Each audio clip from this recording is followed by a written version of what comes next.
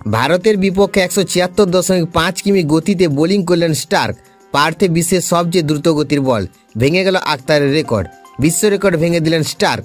বন্ধুরা, আপনারা যদি দেখতে চান তাহলে ভিডিওটি শেষ অবধি দেখতে হবে, চ্যানেলটিকে সাবস্ক্রাইব করে একটা লাইক দিতে হবে এবং নোটিফিকেশন বেল আইকন দাবাতে হবে। অস্ট্রেলিয়ার পার্থে ভারত বনাম অস্ট্রেলিয়ার প্রথম ওয়ানডে ম্যাচে দেখা গেল অবিশ্বাস্য এক দৃশ্য।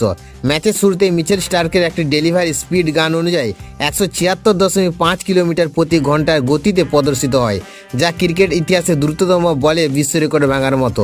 যদিও পরে জানা যায় এটি আসলে প্রযুক্তিগত ত্রুটির ফলাফল, কিন্তু মুহূর্তে এই ঘটনাটি ভাইরাল হয়ে যায় সোশ্যাল মিডিয়ায়। বৃষ্টি বিঘ্নিত এই ম্যাচে স্টার্ক তার আগ্রাসী বোলিংয়ে ভয় ধরিয়ে দেন ভারতীয় ব্যাটারদের মধ্যে।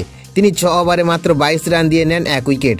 তার গতি, নিখুঁত লাইন লেন্থ এবং বাউন্সে দিশেহারা হয়ে পড়েন ভারতের ওপেনাররা, বিশেষ করে বিরাট কোহলি, যিনি 8 বল খেলে 0 রানে আউট হন স্টার্কের দুর্দান্ত ডেলিভারিতে। স্টার্কের গড় বলের গতি ছিল প্রায় 140 কিলোমিটার প্রতি ঘন্টা, আর তার সবচেয়ে দ্রুত বল ছিল 145 কিলোমিটার, যা রোহিত শর্মাকে লক্ষ্য করে করা হয়েছিল।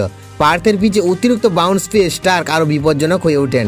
উল্লেখযোগ্য বিষয় হলো ক্রিকেটের ইতিহাসে সবচেয়ে দ্রুত বলের রেকর্ড রয়েছে পাকিস্তানের শোয়েব আক্তারের নামে, যার গতি ছিল 161.3 কিলোমিটার প্রতি ঘন্টা। স্টার্কের 176.5 কিলোমিটারের বল বাস্তবে ত্রুটি হলেও তার স্পেলের দাপট কোনোভাবেই কমা যায়নি।